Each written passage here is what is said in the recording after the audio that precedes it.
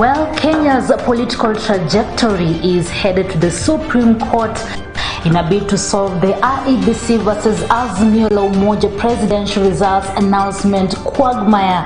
Well, it is expected if Azimio la Umoja doesn't lodge the case at the Supreme Court within 7 days after announcement, the president and the deputy president-elect will be sworn in on 30th August. But we wait to see how the events unfold. You can be sure we will bring you a comprehensive report on all matters as they unfold. Welcome to our yet another news bulletin, Maisha TV. My name is Rida Kering Chebet, but first, here are the stories making headlines. Tonight, a meeting among the leaders was new from all parts of our country. We have members of parliament-elect, that is members of the National Assembly and senators. That process, the legal process continues, the political process also continues. Kwa hivyo tunawashukuru sana. Ours is victory deferred, but it's coming home. And that's the message to everyone. Azimio la Umoja One Kenya coalition moves in to consolidate its numbers across the region as they seek legal recourse over the presidential results declaration. Also tonight, those of us who have been elected in Kenya Kwanza, I want to tell you right from here that with the leadership position that has been bestowed on us, the national leadership and the leadership at every level, that leadership that we have won bestows on us a lot of authority. But I want to tell you that with authority comes responsibility. President-elect William Samoei Ruto says he is ready to start delivering on his pledges as soon as he takes oath, assuring Kenyans that the Kenya Kwanza government will serve all Kenyans without exclusion. Plus, if the children are already in the boarding classes, in the boarding schools, and those boarding schools are to be used for a day or so, those children will not be taken home.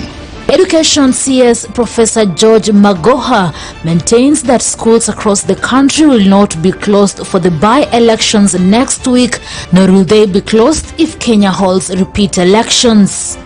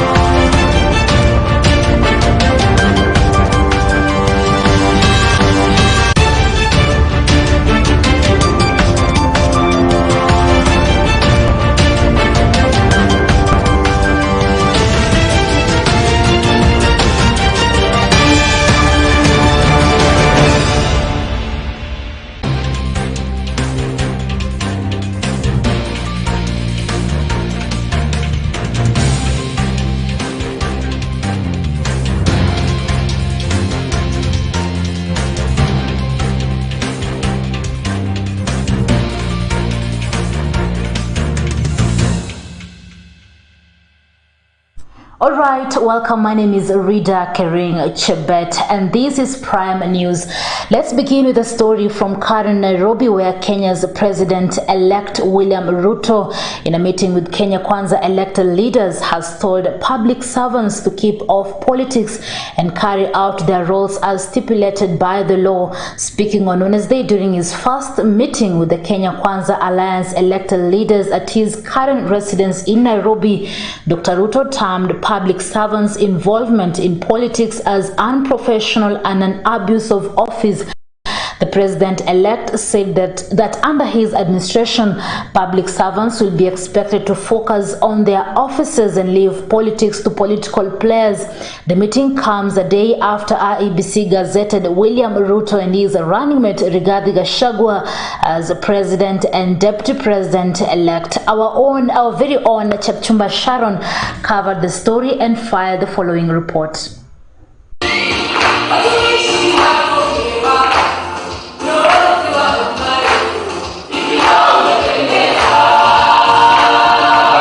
President-elect William Ruto has assured Kenyans that security agents in the country will not be used to spy on public, adding that there will be no more tapping of phone calls or spying on social media accounts. To their phones. You don't have to use WhatsApp, you don't have to use Signal, you can go back and use your normal phone. Because blackmail, intimidation, threats have come to a stop. Speaking at his current residence on Wednesday, Ruto noted that his administration will not blackmail or intimidate Kenyans despite their political affiliations. I want to promise the people of Kenya that our administration will have nothing to do with the blackmail we have seen, the threats we have seen, the fear that has been sold around the country, that you cannot talk to this or that person because they don't share your political views. I want to tell the people of Kenya, we are having our democratic country back. And everybody can speak to everybody about everything in every way they want, and nobody is going to victimize them. He further urged Kenyans to feel free to communicate with each other and have conversations freely without fear of being victimized over their ideologies. There will be no room for exclusion of any part of the Republic of Kenya. We are going to govern in a manner that makes sure that no part of Kenya is left behind. No sector of Kenya is left behind. No community of Kenya is left behind. We're going to move together as a nation because the people of Kenya are already telling us that we need to change the politics of our nation and eliminate ethnicity from the equation of the leadership or governance of the Republic of Kenya. We're going to obey those instructions from the people of Kenya. He stated that his administration will also enable cabinet secretaries to be questioned in the National Assembly in order to be accountable. And we are going to have a discussion so that we can adjust and amend the standing orders to make it possible for cabinet secretaries to get to the floor of the House and answer questions and explain government policy on the floor of the House so that the people's representatives, members of parliament and senators, can interrogate what their government is doing. We do not think that it is enough for cabinet secretaries to go to committees of parliament. He also emphasized that civil servants will not be used or partake in conducting business for politicians and cautioned that the public servants have a lot to deliver. The public service is going to be a very important tool in the delivery of government programs and government services. And I want to commit right from the beginning that public service will be professional, and I expect that the public service will serve Kenyans equally, without any preference to communities or any preference to political affiliations. The president-elect stated that his administration does not have the luxury of wasting any time and it needs all the hands on deck. And I really want us to know that the expectations of the people of Kenya are huge. And therefore, we do not have the luxury of wasting any time. I want to urge you, all of us, we need all hands on deck, and we don't have time to waste. We will shortly, after we go through the processes that are ahead of us, we will shortly settle down to getting Kenya working.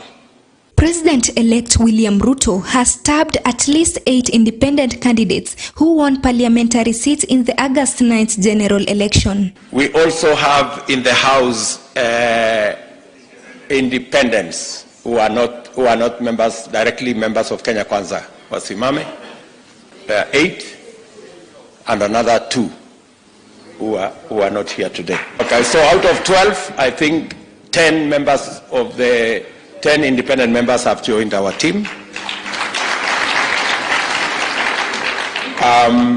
Ruto at the same time congratulated all political aspirants in the Kenya Kwanza outfit who secured seats in the August 9th general election. We have won these elections against many odds. We thank God that this has been made possible. We are very proud Kenyans this day because we went into elections knowing very well that we had a competitive election. And I want to thank each and every member of this team. I know many of you made huge sacrifices. Your commitment was demonstrable. And when we came round to every county and every constituency and in the wards, we saw your commitment. You were there to push the agenda for Kenya Kwanza. And on behalf of all of us, I want to say to all teams in Kenya Kwanza, our very big thanks and congratulations for getting us this far.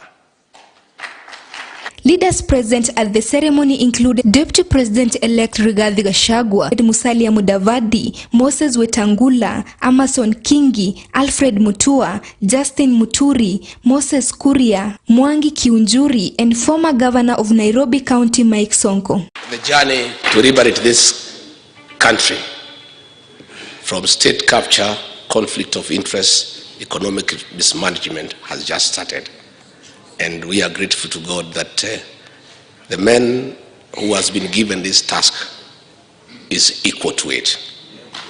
And it is upon all of us to support him, to work as a team, so that we justify the decision made by the people of Kenya against all odds, from the DCI, EACC, county commissioners, deputy county commissioners, chiefs, assistant chiefs. The men and women who stood forthright and said that come what may, we shall make sure that what God has destined through the people, through the vote, shall not be subverted. And today we stand here knowing that our president is William Samoei Ruto. Let us make devolution work. Let us make our county assemblies work. Let us make the economy work for everybody. Let us support our President William Samoei Ruto in the delivery of his manifesto, which is the Kenya Kwanza Manifesto. Many people have been asking, why is our outgoing president silent? And I've been telling them, don't worry about it. Whether he says anything or he doesn't, it doesn't matter. The people of Kenya have spoken. They have cast their votes. They have made their decision. In America, President Trump refused to acknowledge the win of Biden. He refused to call him to congratulate him. He refused to attend the inauguration. He refused to hand over power. President Biden is still the president of the United States of America. Mgombezi wa urais wa muungano wa Kenya Kwanza. Lakini sasa hayo yamepita. Baada ya kuchaguliwa, yeye si rais wa Kenya kwanza, ni rais wa Wakenya wote. Kwa hivyo hata wale ambao wamepoteza ni muhimu pia tuwapatie mkono, tuwapatie bega la kuegemea, ili wahisi kwamba Rais Ruto si rais wa Kenya kwanza tu, bali ni rais wa Kenya wote. Kwa hivyo hilo ni muhimu, kwa sababu hatutaki kuleta cheche. Ni kweli kwamba tunashabikia ushindi wetu, lakini wakati tunashabikia ushindi wetu pia tujue kwamba hawa ni muhimu, tuwalete pamoja ili tuwe na nchi moja na tusukume gurudumu la maendeleo pamoja. So I'm going to urge all of us to work together as a team, and then let's also be polite to the ones who have lost. Unajua wana shida sana. Let's be nice to them, hold their hands, tuwaombe, tuwavute pamoja. We build one country called Kenya that can move forward. As we celebrate, let me say with a word of caution that we have a lot of expectations from Kenyans, and we are taking over government and this administration within, very difficult circumstances. You know the level of debt we have in this country. You know the despair Kenyans have. So we still have a lot of work ahead of us, but I'm very sure that Your Excellency, you are equal to the task and we will deliver. I would count each and every one day, every creaking of the clock, because we could not wait to see this day come. It is true, it is the end of dynasty, and Kenyans must now move. Maisha Prime, Maisha Television, I'm Sharon Chepchumba. Many thanks, Sharon. And still in post-election era, Azimio la Umoja One Kenya coalition has quickly moved in to consolidate its numbers across the country, with one of its principals, Kalonzo Musyoka, declaring that the coalition is fully in solidarity with Raila Odinga in seeking legal recourse over the presidential results declaration. Wiper leader Kalonzo Musyoka called on unity even as the coalition charts the way forward in finding justice to invalidate the move by the Independent Electoral and Boundaries Commission chairperson Wafula Chebukati to announce William Ruto as president-elect. Let's have a look. The Azimio la Umoja One Kenya coalition has exuded confidence that they will emerge victorious in their impending presidential petition. While addressing the media on Wednesday at KICC in Nairobi, the coalition principals Raila Amolo Odinga, Kalonzo Musyoka and running mate Martha Karua said their victory at the August 9th polls was just deferred. Ours is victory deferred, but it's coming home. And that's the message to everyone.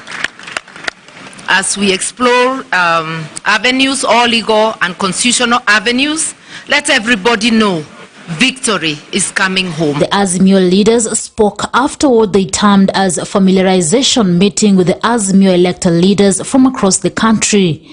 That is members of the National Assembly and senators. You also have governors-elect who have also joined us here today. Basically, it was a familiarization meeting, and we also talked about a way forward. We've given them a brief as where we are with regard to presidential elections, and they have approved the steps that we have decided to take as a Azimio coalition. Kalonzo, the designate chief minister in the would-be Azimio administration, said their role resolved to attain the country's leadership remains unwavered. Unfortunately, this has happened because of what happened at Bomas of Kenya. And therefore, that process, the legal process continues, the political process also continues. Kwa hivyo tunawashukuru sana. Kwa mambo hatuoni kusema kweli kama kuna haja ya maswali kwa sababu zote tuelewa. He said their move to denounce the election results has gotten the attention of the world, and they are all ready to ensure the country does not go the wrong way. We notice that since a statement by a presidential candidate yesterday, the whole world has its attention drawn on our wonderful republic. A country we all love, and a country that none of us is prepared to let go the wrong way. So these consultations, as my brother Raila has explained, are ongoing. It is obvious that we have very, very many elected representatives of our people, not even to mention about the members of the county assemblies, who will shortly, in the next few days, be also putting their act together.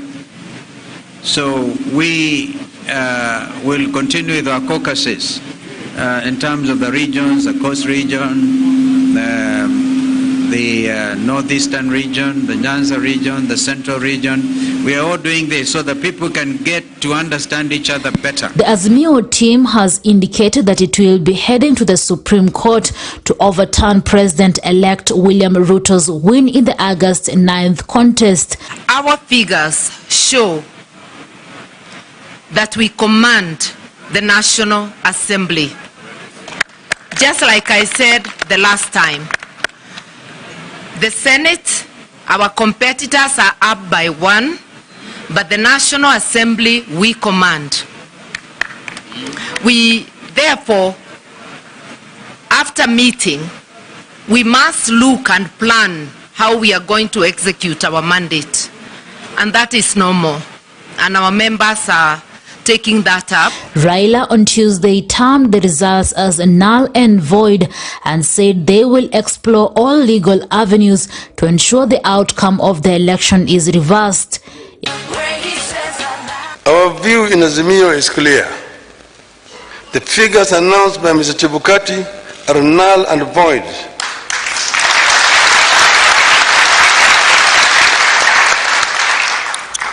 I repeat, the figures announced by Mr. Chebukati are null and void and must be quashed by a court of law. The results declared on Monday by IEBC Chairman Wafula Chebukati, Ruto garnered 7,176,141 votes, representing 50.49% of the final vote, while Raila Odinga received 6,942,930 votes, translating to 48.85%. The Azimio leaders also insinuated that they will use the parliamentary process to overturn Ruto's win. For Maisha Prime, Maisha Television, I'm Rida Kering Chebet. Alright, now even as political rivals hurl barbs at a power-sharing deal hammered out by Kenya Kwanza coalition leaders, Ford Kenya leader Moses Wetangula stands out above the rest as one with the safest bait. Ford Kenya leader Moses Wetangula delivered his home county of Bungoma to Deputy President William Ruto. Ford Kenya party leader had promised to deliver 70% of all Western votes to the Deputy President. Millicent Makoha explains further. During the campaigns, Ruto entered into an agreement with ANC party leader Musalia Mudavadi and his Ford Kenya counterpart Moses Wetangula to deliver 70% of the vote in exchange for a percentage of Kenya Kwanza government should the coalition ascend to power. 70% ni kidogo. Tutaleta 90%. Si hata huyo jamaa wa Azimio tulipokuwa tukimsaidia, tulikuwa tunampatia hiyo 90%. Lakini alituacha kama taa. With the will, the determination and the commitment demonstrated here this morning and this early afternoon, Kenya is truly in safe hands. Data accessed by Maisha Television from the Independent Electoral and Boundaries Commission showed that Ruto trailed Raila in 4 of the 5 counties in Western Region. They include Busia County, Kakamega County, Trans Nzoia and Vihiga counties. In total, the former Prime Minister garnered 955,185 votes compared to Kenya Kwanza 611,475 votes. As Kenya Kwanza, we have seen the exit polls from all over the country. We are beating Azimio hands down. We are going to form the next government. And we are going to make change that makes sense in this country. Since the outgoing President Uhuru Kenyatta has shown Kenyans how not to run a country, we are now going to show them how to run a country. Because this country needs collective responsibility and collective leadership We must bring all our brains together to save our country from the debt trap, to save our country from the state capture, from conflicts of interest that we have seen here in Bungoma and other places, and above all, from addressing the issue of youth unemployment that is a powder keg in Kenya. We must change the way our economy runs with our bottom-up structure that is going to see large sums of money budgeted for to bring to the ordinary people to engage in meaningful business and to better their lives. In Kakamega, Raila got 71.14% of the votes, totaling to 357,665 votes against Ruto's 140,450 votes.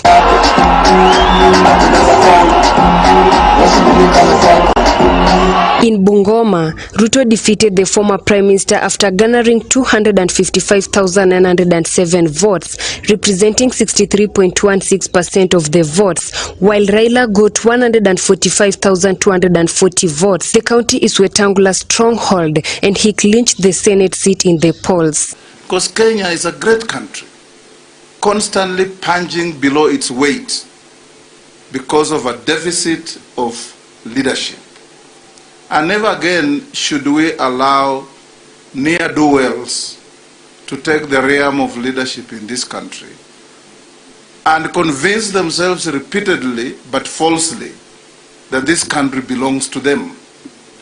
Because this country belongs to the people of Kenya. In Vihiga, where Mudavadi resides, Azimio la Umoja garnered 114,717 votes against Kenya Kwanza 67,631 votes. We must change the way our economy runs with our bottom-up structure that is going to see large sums of money budgeted for to bring to the ordinary people to engage in meaningful business and to better their lives. For Maisha Prime News, Maisha Television, I'm Millicent Makoha. The Independent Electoral and Boundaries Commission IEBC chairperson Wafula Chebukati has responded to his deputy Juliana Cherera, who raised doubts about the 100.01% total accorded to 4 presidential aspirants. Chebukati, in a statement dated Wednesday, claimed that Cherera and the other 3 commissioners, Francis Wanderi, Justus Nyagaya and Irene Masit, wanted to force him to declare a rerun. Cherera had claimed that the extra 0.01% amount to 142,000 unaccounted for votes, which Chebukati swiftly refuted. He also watered down allegations by the 4 commissioners that he sidelined them during the tallying of the presidential votes at the National Tallying Center at the Bomas of Kenya. Bushebi Jr. brings us a full report. So, in accordance with the law, the Constitution and the law, I, Wafula Chebukati, chairperson of the Independent Electoral and Boundaries Commission, hereby declares that Ruto William Samoei, Independent Electoral and Boundaries Commission IEBC chairperson Wafula Chebukati has responded to his deputy Juliana Cherera, who raised doubts about the 100.1% total accorded to 4 presidential aspirants. Which figures in the 34 and 39 counties respectively constituted the independent variable to warrant the conclusion of 25% in 34 counties and 25% in the 39 counties for Raila and Ruto respectively. In the absence of a credible and verifiable explanation, we concluded that the process that went into generation of Form 34C, which he used to declare results of the presidential election, was opaque and incapable of earning our ownership and confidence. Chebukati, in a statement dated Wednesday, August 17th, claimed that Cherera and the other 3 commissioners, Francis Wanderi, Justus Nyagaya and Irene Masit, wanted to force him to declare a rerun. Chebukati said, and I quote, "The four commissioners demanded that the chairperson moderates the results for purpose of forcing an election rerun contrary to their oath of office. This is tantamount to subverting the constitution and the sovereign will of the people of Kenya," end of quote. Chebukati also said he refused to yield to this unconstitutional and unlawful demand, and he said, and I quote, "The chairperson refused to yield to this unconstitutional and unlawful demand and proceeded to declare the results of the presidential election as received from the polling stations," end of quote. Cherera had claimed that the extra 0.01% amounted to 142,000 unaccounted for votes, which Chebukati swiftly refuted. Chebukati said, and I quote, "The alleged 0.01% increase in the presidential election results raised by the four commissioners, namely Juliana Cherera, Francis Wanderi, and Justice Nyang'aya and Irene Masit, is false and misleading." And he also said, "This is the most transparent election that the commission has ever held. All results, Form 34As, were uploaded in real time and are available in the public portal," end of quote. He also watered down allegations by the four commissioners that he sidelined them during the tallying of the presidential votes at the National Tallying Center at the Bomas of Kenya. The original Form 34As, he said, were delivered to the National Returning Officer for tallying and verification by the 290 constituency returning officers, diaspora returning officers, and agents of all presidential candidates participated in an elaborate verification process. Form 34C, which contains the final tallies of all the 46,229 Form 34A from polling stations, was as well uploaded on the public portal for access, Chebukati argued. In his defense, he moreover underlined that the commission allowed media, observers, candidates and the general public to have access and tally the results announced at the polling stations. He said, and I quote, "As the gazetted national returning officer and in the spirit of teamwork, the chairperson involved all commissioners including Juliana Cherera, Francis Wanderi, Justice Nyang'aya and Irene Masit in all activities of verification and tallying," end of quote. He added that the duties of all commissioners were well defined in writing and allocated at the National Tallying Center. Chebukati claimed that the four commissioners had access to all results beforehand and interchangeably announced them for 6 days before the final day of announcing the presidential results at Bomas of Kenya. He also said, and I quote, "If any of the parties elects to file a petition, it is within their constitutional right and the commission shall have an opportunity to respond and demonstrate in further detail the circumstances under which the election was conducted, results verified, and outcome declared in accordance with the constitution and the law," end of quote. Alright, looking back at the August 9th polls with interest on political parties, our focus today is on the Ford Kenya party led by Honorable Moses Masika Wetangula. During the poll, the party swept most of the elective seats in the Bungoma County, considered as the party's stronghold. Last year, the party went through political turmoil when rebels who ditched the party to form a new outfit, DAP Kenya, staged a failed coup to overthrow its party leader. Even with the fallout and the creation of the new DAP Kenya party to counter Ford Kenya party in the region, DAP party failed to see the light of the day in Tuesday's general elections. DAPK boss Ofula Munyinyi, Governor Wycliffe Wangamati and Dr. Eseli Simiyu, who were considered the masterminds of the coup to oust Senator Moses Wetangula, ended up losing their seats to Ford Kenya contestants. Ford Kenya seemingly is back on its feet in Bungoma County as the governor-elect, women rep-elect, senator and 4 MPs have won elections as declared by the IEBC. Millicent Luamba reports. The Vihiga governor race in the just concluded polls shaped into a rematch of the 2017 contest, beating incumbent Governor Wilbur Otichiro and his predecessor Moses Akaranga. Kama wanataka watolewe, kuna njia ya Akaranga was elected the first governor of Vihiga County in 2013 on the PPK ticket. Together with his running mate was Caleb Amaswache. Nataka tufanye bidii tupate governor wetu. In 2017, he lost to Otichilo of ODM, which was part of the NASA coalition. NASA yule mwenye ufisadi. NASA yule anaharibu bei ya chakula. NASA yule anafanya vijana wakose kazi. In 2022, Otichilo defended the seat on the ODM ticket, which is part of the Azimio coalition. During the PPK National Delegates Conference in Vihiga, Akaranga said they are yet to settle on which coalition to support. A number of opinion polls always put Akaranga in the lead. Otichilo, however, rubbished them, saying opinion polls are manipulated. Tumefanya kazi ambayo ni ya muhimu na watu wetu wa Vihiga wameanza kuona mabadiliko. So sasa kama mtu ule analeta mabadiliko, ataendelea ama hataendelea?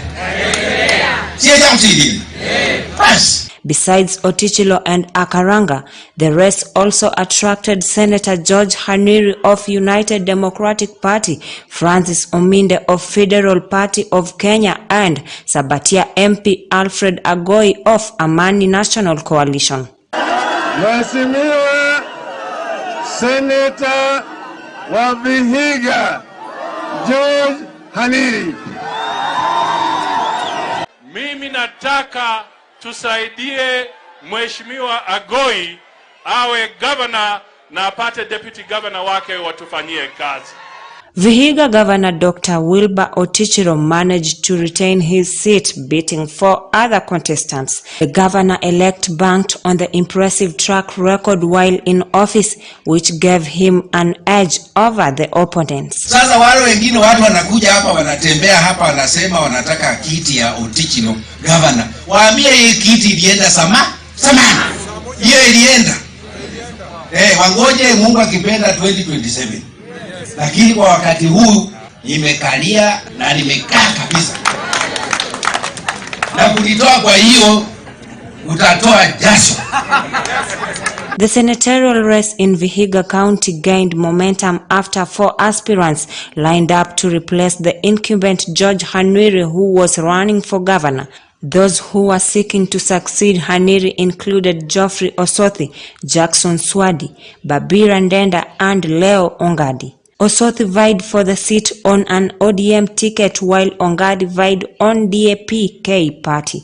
Ongadi previously worked as a project manager in the States. In the women rep race, 7 aspirants showed interest in the race to unseat Vihiga woman rep Beatrice Adagala. Abaganda was elected as the Vihiga women rep in 2017 after the incumbent Dorcas Kedego moved to contest for Vihiga parliamentary seat under ODM party. Dagala was optimistic that she will defend her seat through the ANC party and true to her word. Abaganda Beatrice managed to retain the position as the women representative of Vihiga County in 2022 general elections.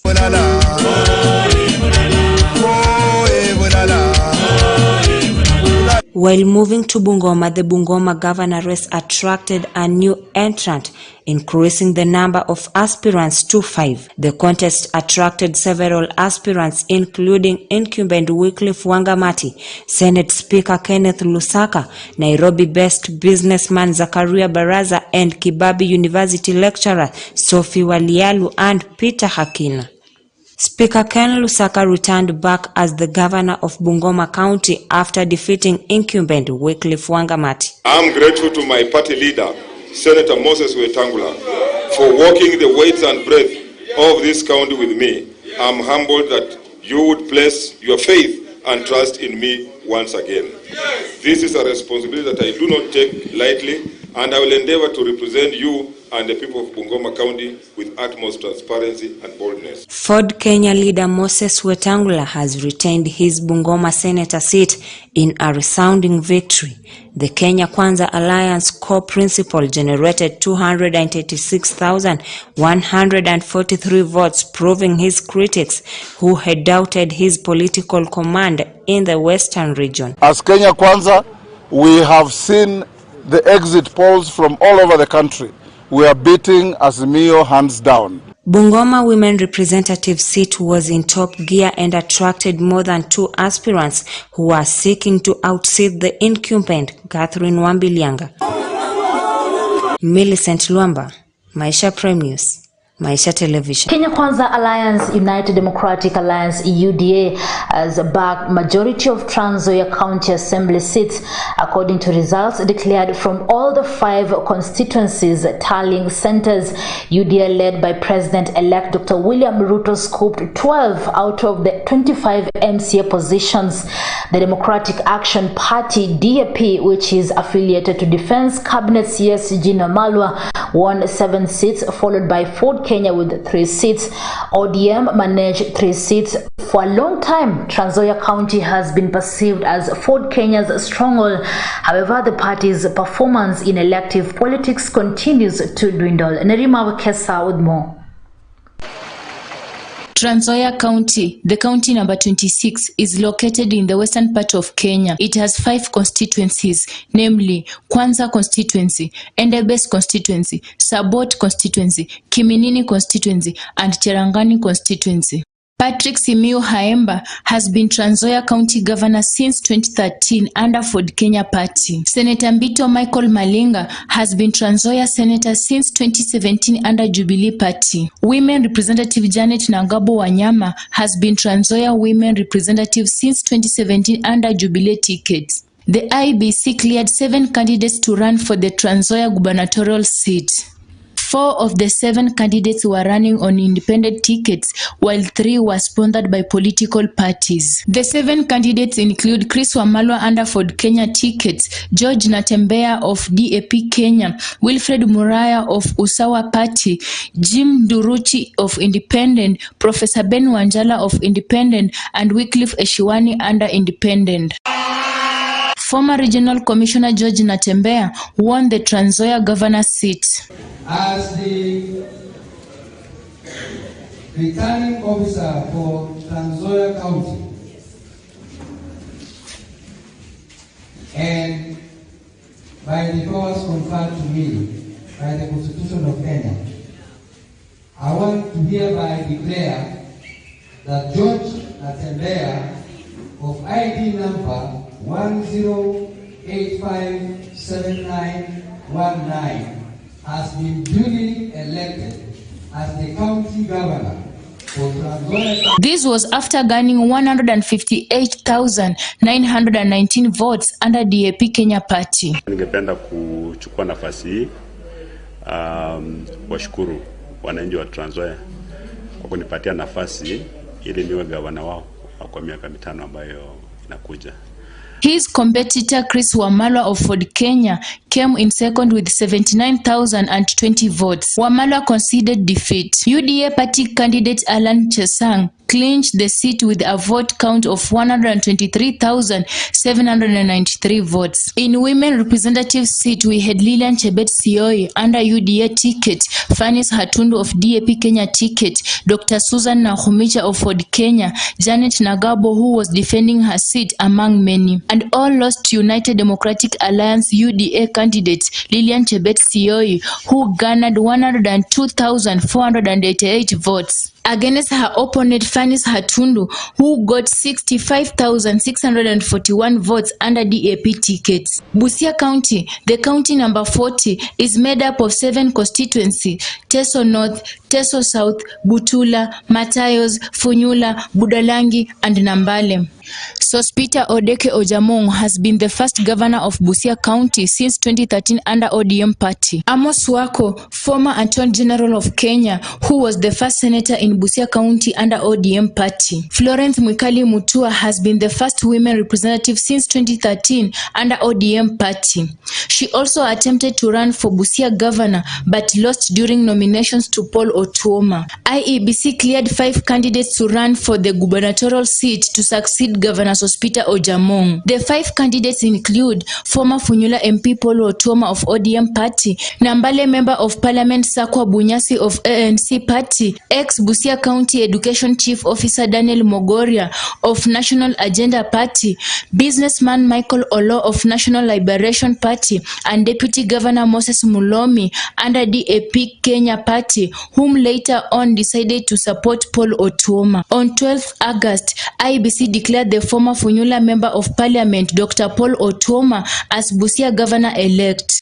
He garnered 164,478 votes against his closest opponent, Nambale MP John Bunyasi of ANC, who got 92,144 votes. The Independent Electoral and Boundaries Commission in Busia cleared 8 aspirants in the race to clinch the area Senate seat to succeed Senator Amos Wako. The 8 cleared include Doris Wako of Labour Party of Kenya, Hilary Itela of ODM Party, Amo Oude and Willington Emor of Independent, Braxwell Shiundu of Federal Party of Kenya, activist Okia Omtata of National Reconstruction Alliance ARN, DAP Kenya's Kochio Omgana, and Jubilee Party Isabella Masinde. Rights activist Okia Omtata was declared senator-elect in Busia after garnering 171,681 votes under the National Reconstruction Alliance and defeated ODM's Hilary Itela, who got 59,276 votes. IEBC cleared 7 aspirants to succeed Florence Mwikali. These include Beatrice Naholi, Lydia Nabwire, Mary Odongo, Susan Mangeni, Rizik Ojiambo, Catherine Omanya, among many. Catherine Omanya won the seat on an ODM party ticket. Nerima Wekesa, Maisha Prime News, Maisha Television.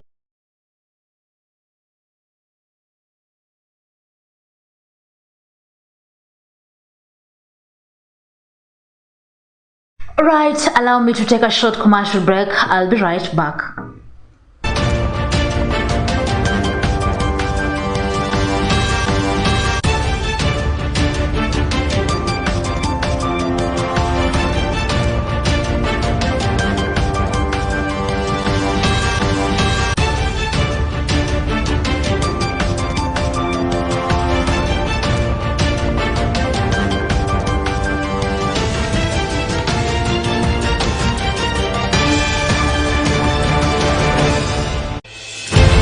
A strong woman knows she has strength enough for the journey. But a woman of strength knows it is in the journey where she will become strong. Join Irene Mumbo Bushebi and Rida Kering on Prime Women Talk every Wednesday from 8 p.m. exclusive to MTV. Good morning. Good afternoon. Good evening. Good evening. Is live at Hammersmith. Barcelona is live from Damascus. We're on the doorstep. For Maisha TV. For Maisha Prime News, Maisha Television. For Maisha Prime News, Maisha Television. Trusted news, trusted sources, trusted dissemination of information.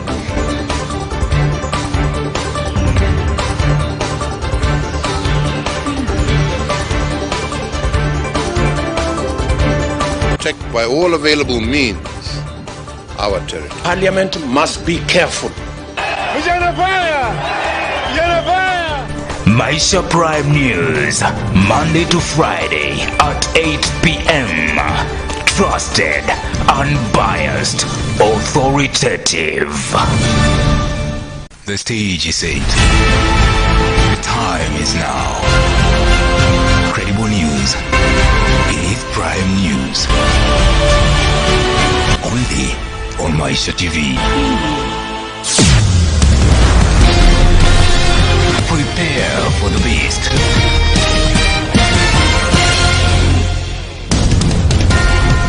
Informative.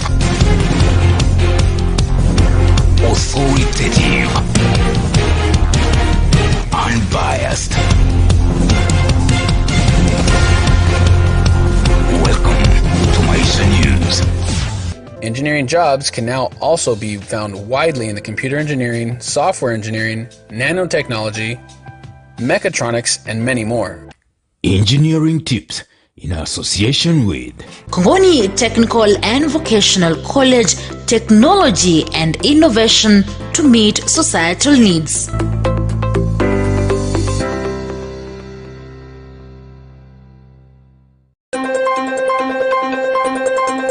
It is a season of seriousness, and only the serious presenters come onto your screen.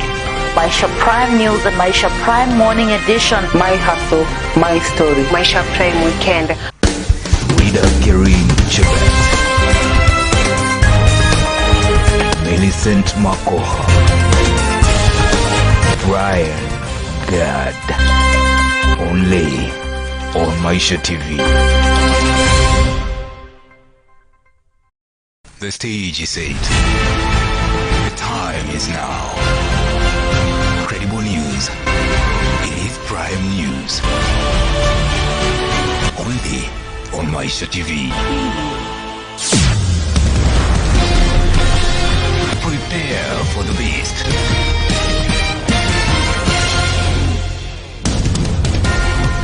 Informative. Authoritative. Unbiased. Welcome to Maisha News.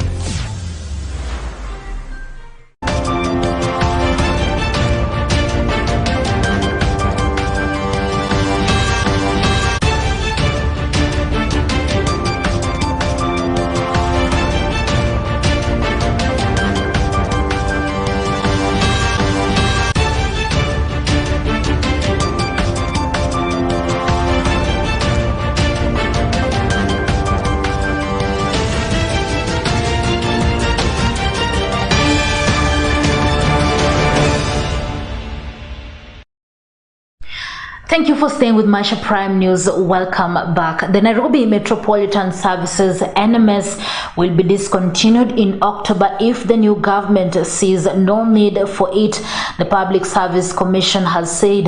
Consequently, key services such as health, transport and planning could be returned to the county government. The NMS contract, which is also known as the Deed of Transfer, ends in October this year. The agency has been in existence since June 2020, when the then Governor of Nairobi County, Mike Sonko, ceded powers to the national government over main functions such as health, transport and planning. Besides transport, health and planning, other functions that NMS annexed from the Nairobi County government are roads and public works, lands, urban development, environment, water and sanitation, treasury, compliance, enforcement and delivery, legal services. Speaking to journalists in Nairobi on Wednesday, the PSC chairperson Anthony Mushiri said it's upon the next administration led by Johnson Sakaja as governor to decide whether NMS is needed or not. These advisories, and these are advisories, are supposed to ensure that in the event, because there was a deed of transfer which will be expiring in October or November, if the incoming county administration is non-desirous of continuing the contract, then the Public Service Commission will be ready and willing, this is an advisory, to deed back all the services back to the county government of Nairobi. The positions of the chief administrative secretaries, these are positions that will be deliberated on between the Public Service Commission and the incoming administration. And if they deem fit that these positions should remain, then they will engage the Public Service Commission and will come to an understanding on the dispositions. Close allies of Kenya's President Uhuru Kenyatta, among them National Assembly Majority Leader Amos Kimunya, Jubilee Director of Elections Kanini Kega, Jubilee Secretary General Jeremiah Kioni, and four-term Taveta MP Naomi Shaban joined other losing politicians in conceding defeat after Tuesday's election. Though the Independent Electoral and Boundaries Commission was yet to make official declarations, Mr. Kimunya, Kioni and Dr. Shaban said their opponents had opened unassailable leads in the National Assembly races. Osundwa Anthony brings us the report on some of the bigwigs who lost in this year's elections. Tuesday tunamaliza kupiga kura na mara hii hakuna mambo ya kuleta fujo. Kenya's election season was in its final stretch. On August 9th of 2022, voters across the country and members of the diaspora headed to the polls for another general election. The political journey has, however, favored some leaders, while others have been denied the keys to their respective offices. We are sending you home in August, and we want to tell you this. The falling giants in this case, leaders who have been in this game for a while, include Wafula Mnyinyi, who aspired for the MP seat of Kandui constituency on a DAPK party under the Azimio la Umoja coalition. Kama mnatambua yafaa tuende mbele tuendeleze kaunti yetu. Tusifuate mambo ya huyo mtu mkora. He has derailed development in our county. He has pulled us back throughout his life. Wamnyinyi has been the sitting MP for this constituency for a period of time, being knocked out by John Makali of Ford, Kenya, according to the IEBC results. Kwa hivyo mimi nasema asanti. Nataka tu kuhakikishia sisi kama chama tutaendelea kufuata ule msukumo wa muamko mpya. Hatutarudi nyuma. Vile naenda kuungana na baba kama anatengeneza mambo, akumbuke watu wa Bungoma wako. Aisha Jumwa, Malindi MP, comes on a different page despite being the queen of politics and being well known countrywide. She conceded defeat on a UDA ticket to Gideon Mungaro. Nenda kamwambie Aisha Juma kwa niaba ya hustlers wote na wazazi wote wa Kenya hii. Moses Kuria was also knocked out in Gatundu South after the political cards never favored his side, turning to Githuka. Anataka kuambia kiongozi wa nchi ambaye tunampenda akanye wale watu ambao wanaleta fujo wakisema ati ni yeye ambaye wanalinda. Rais amelindwa na katiba. Mimi nimelindwa na katiba. Makamu wa rais amelindwa na katiba. Hauhitaji jeshi ya kukulinda sababu sisi zote tuko chini ya katiba. All this was being planned, chaired by CS Matiang'i, attended by PS Kibisho. Wangui Girishi was in that meeting, and that's why we are here today, because we have tracked every other place was in Gishu. We are going now to Embu, another targeted area. We are also going to Nakuru this afternoon to tell these people and send a very clear message. We know what you are doing. Don't try. Don't bribe From this 2 terms of serving Busia County as a governor, Sospita Ujamong went back to Teso South aspiring to be the MP, but again things never went on his side under the Azimio la Umoja as he was knocked out by Mary Emase of the Kenya Kwanza Coalition UDA party. Ninaendea kwa hii kiti ya MP sababu sasa tunataka economic liberation ya watu wetu. Ile political liberation tulifanya tukaleta political parties. Sasa hii ni economic liberation. Meanwhile for the kinyang'anyiro za ubunge katika Teso South. Kwa hivyo nitaendelea nikitembea katika constituency nikichukua maoni yao. Kiwa wengi watasema niende, lazima nitatii yale ambayo wanataka. Nafikiri kwa hiyo uongozi ambayo huko saa hizi kuna matatizo mengi. Kwanza mbunge ashirikiani na watu, akai na watu, afanye mikutano za watu, mpango zake za maendeleo afanye na watu, haonekani nyumbani na anategemea tu CDF, ambapo haijawahi fanyika tangu wakati za zile hata ukoloni. Wakati wa Kinoporong walikuwa wanatumia hata ushawishi wao na rais na vitengo za serikali kuleta vitu za maendeleo katika kaunti, lakini huyu anategemea tu ile ambayo inaitwa CDF ambayo imeletwa tayari iko. Tukipatia kondoo anaweza patia na watu, kwa hivyo hata ile shida hiyo lakini ukilinganisha hata na mbunge ule mwenyewe alikuweko Mary, afadhali alitumia hiyo kit hata kuleta vitu zingine ambao hazikuwa kwa CDF, ingawa kulikuwa na CDF. Kwa hivyo tumepoteza sana wakati huu. Tumekuwa na huu mkutano mkubwa, ni declaration ya ukoo huu na pia wanajamii kupeana mheshimiwa governor ambaye alikuwa ni governor mheshimiwa Jamong kwamba tumempa nafasi kama jamii ya kwenda kuomba kiti cha ubunge. Kitu cha kwanza ambacho ningependa kukosoa, kuna watu ambao wamekwenda kotini kusema kwamba waliokuwa governors ama waliokuwa senators kwamba hawawezi gombea nafasi ya ubunge hapa chini. Sisi kama wananchi ndio tutakao amua kura yetu. Gideon Moi, KANU party leader and Baringo former senator, failed to access the office keys. But then I've had the opportunity to serve this nation in legislative capacities throughout my period of service. I've had my fair share of successes and failures.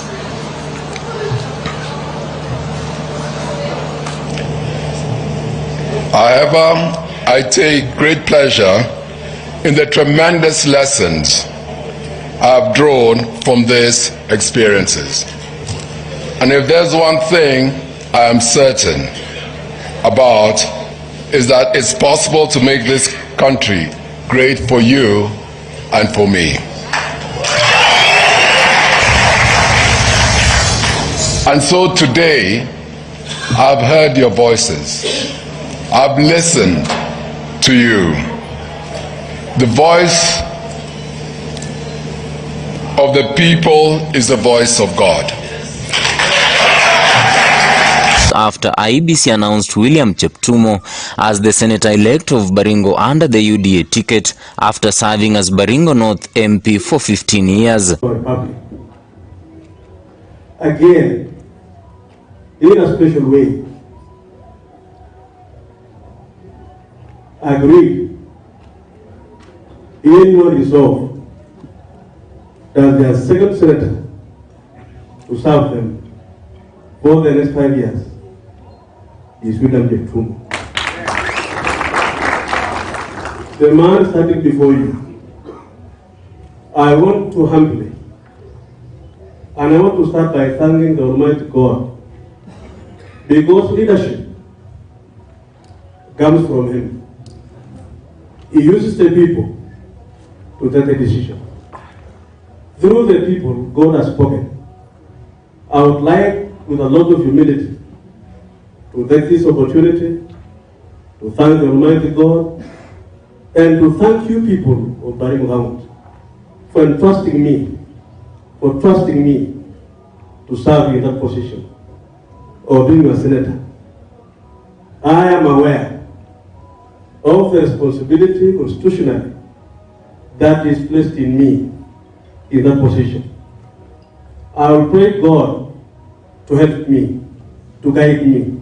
I will endeavor to unite our people, to speak in one voice, so that we are able to deal with the challenges that face us, beginning with the serious challenge of insecurity, which has affected us for many years, from 1977 up to today. I have that responsibility with my leaders. Allow me, Baringo people, to thank you, because today Kenyans have known, the world has known that out of the people who participated, 144,000 woke up one morning, stayed in the streets to elect me. I will not take it for granted. I know you want us to do something. I want to thank Kenyans, because in some few hours from now, we'll be having our new president. That president will serve with us. I know you know who that will be. And because of the rules, I know I will not use this chance to declare. Because the person to declare the president is none other than the chairman of IBC, Chebogati. But I know whom is going to announce later. With those two remarks, thank you, ladies and gentlemen. I am proud to belong to Baringo County. I am proud to serve in this position, and I look forward to sharing more as we thank you. Thank you, Tiati. Thank you, Baringo North. Thank you, Mogotio. And Damaravi, Baringo Central. Baringo South. I thank all of you. Thank you and God bless you. Anthony Osundwa, Maisha Prime, Maisha Television. Thank you, Anthony Osundwa. And now to matters education. Schools across the country will not be closed for the by-elections next week, nor will they be closed if Kenya holds repeat elections. This is according to the Education Cabinet Secretary, Professor George Magoha. Magoha, speaking to the media while commissioning Phase 2 competency-based curriculum classrooms in Embakasi, said his ministry will work closely with the IEBC to ensure that the polls do not disrupt school activities. The CS stated that some decisions will be made in consultation with other ministries and at the appropriate time. The IEBC will be conducting by-elections in Kakamega and Mombasa counties on Tuesday, August 23rd. The Education CS stated that some of the discussions involve figuring out how the by-election can be held in tertiary institutions so that students taking their national examinations this year don't have their studies disrupted. Students, according to Magoha, will stay in their dorms throughout the election and resume classes as soon as they were over. During the same address to the media, CS Magoha also assured parents that their children will be safe as schools resumed on Thursday. The government will pronounce itself about our children, and the most important thing that we shall consider is their safety. For example, if the children are already in the boarding classes, in the boarding schools, and those boarding schools are to be used for a day or so, those children will not be taken home. They can, for example, be told, for this day, you just play games and remain in the hostel. It is much better and easier to deal with it that way. Well, let's take another quick breather. Stay tuned for more news.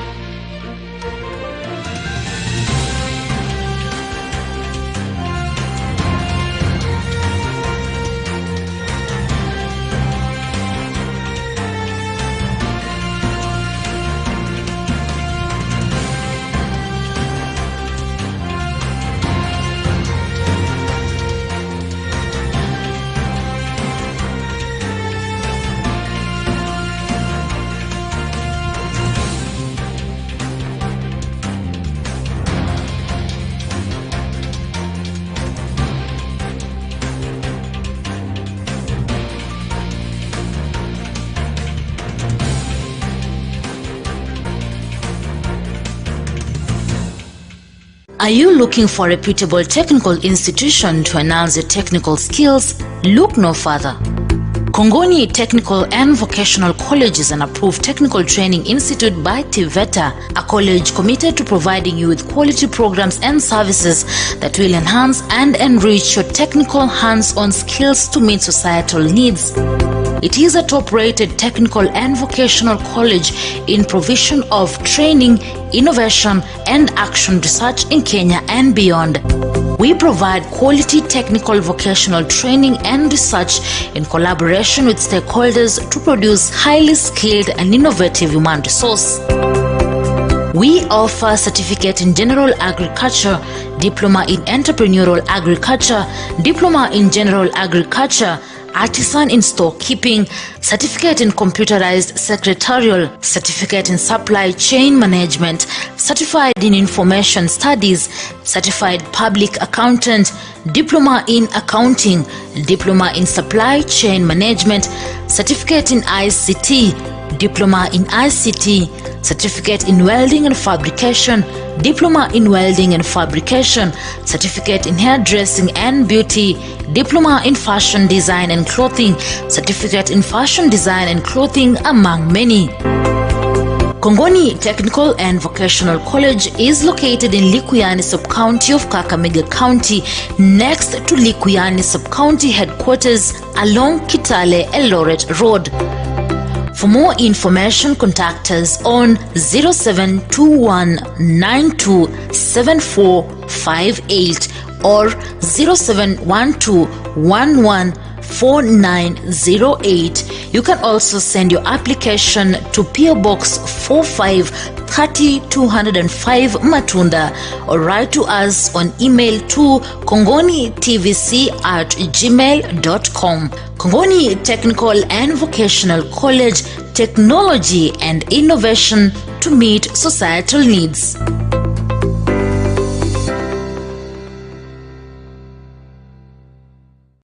Youthman, we have so much potential and energy. Tusiwaste hii potential juu ya siasa. Ukweli ni tunafaa kujoin development ya constituency yetu no matter who wins. Usiuze future yako juu ya pesa kidogo. Juu mara mingi pesa kidogo, maisha mbaya. Tusiruhusu hizi pesa zilete hate na confusion. Hatuwezi win na stories za hate. Kudumisha amani ni jukumu lako. Ni jukumu letu. Ujumbe huu umeletwa kwako na International Republican Institute ikishirikiana na Siasa Place. Maisha TV, the Kenyan channel pushing information to Kenyan viewers through digital television platforms. Maisha Prime News, Maisha Television. News. Thank you for choosing Maisha Television for this broadcast. Information. The classes were in a poor condition. Cultural programming. Coming to you through all major broadcasting platforms. Special in-depth coverage from around Kenya. Exclusive reporting from all across Kenya and the continent. Maisha TV presents high-class programming, engaging talk shows from our studios and outside broadcasting on a wide range of issues with trending perspectives. I'm really asking our guys who are behind the camera to look for that clip and then play that clip. Telling Kenyan stories you won't hear elsewhere. The most wicked sight in my life is to see his tongue hanging almost up to here. Tangu corona ianze mwezi wa 3 tumekuwa na changamoto mingi. Watching stimulating debates on a hot seat. I guess. Wait, I don't know. Wait. Let me tell you. Wait. No. The latest happenings from around you on Maisha Prime. The Prime Talk shows connects us with realities of life. Hivi sasa, looking at your everyday life. Wazazi wameenda kuwapa uhuru watoto wao na ndiposa and local business, finance and investment. Some levels of smuggling of sugar. Maisha TV digital platform engages users everywhere through multimedia approach technology. A Maisha Television digital platform, your local and continental channel platform where you choose it, watch it and love it.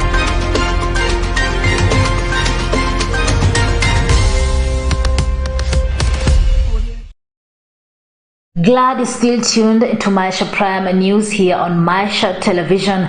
Now let's have a look at our education segment.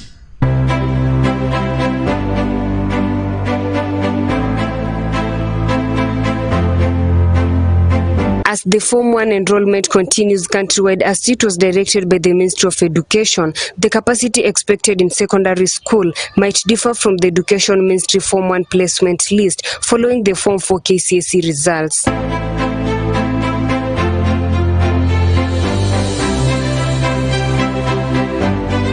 In Friends School, Bokoli High School, located in Webuye West Sub-County, Bungoma County, is one of the most performing schools in Western Kenya that has received a large number of Form 1 enrollment.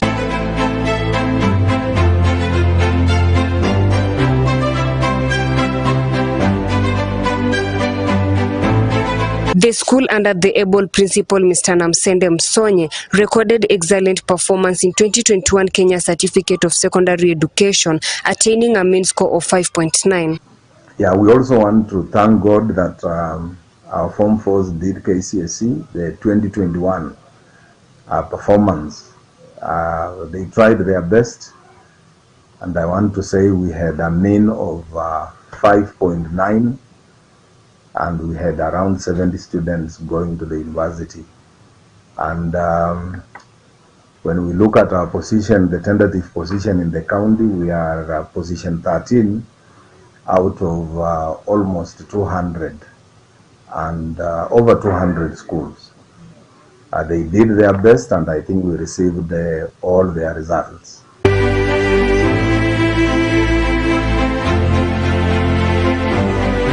Mr. Msonye lauded the support he got from stakeholders. That is the major cause of good performance. I want to take this opportunity to thank the Kenya government for bringing about the 100% transition. And I want to believe we have received quite a number of Form 1s. Since we started, I think we had, the government had given us a capacity of 268, but at the moment, as per today, we have a population of 275.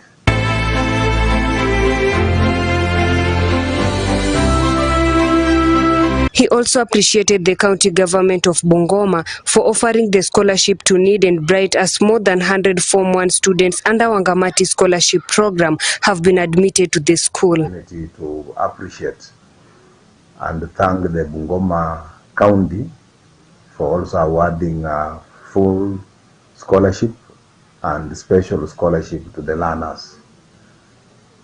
We have slightly over 158 students from very needy homes who have received these scholarships, and I want to believe along the way it will impact on these very needy families of children who could not make it to high school. So we really want to appreciate His Excellency and the Bungoma County as a whole.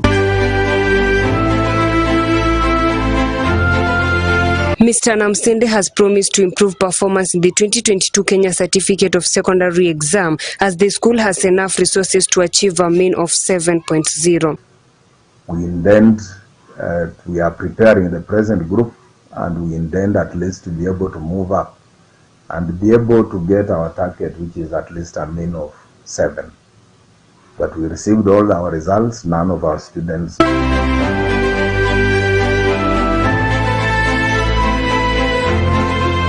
For Maisha Education segment, Maisha Television, I'm Millicent Makoha.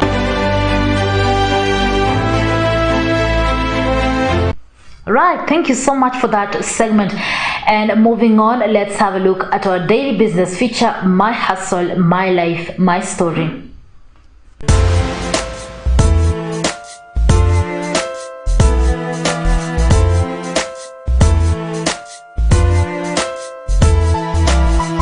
Agriculture is the backbone of many developed countries, including Kenya. Green pasture farm and grocery is a good example of agribusiness.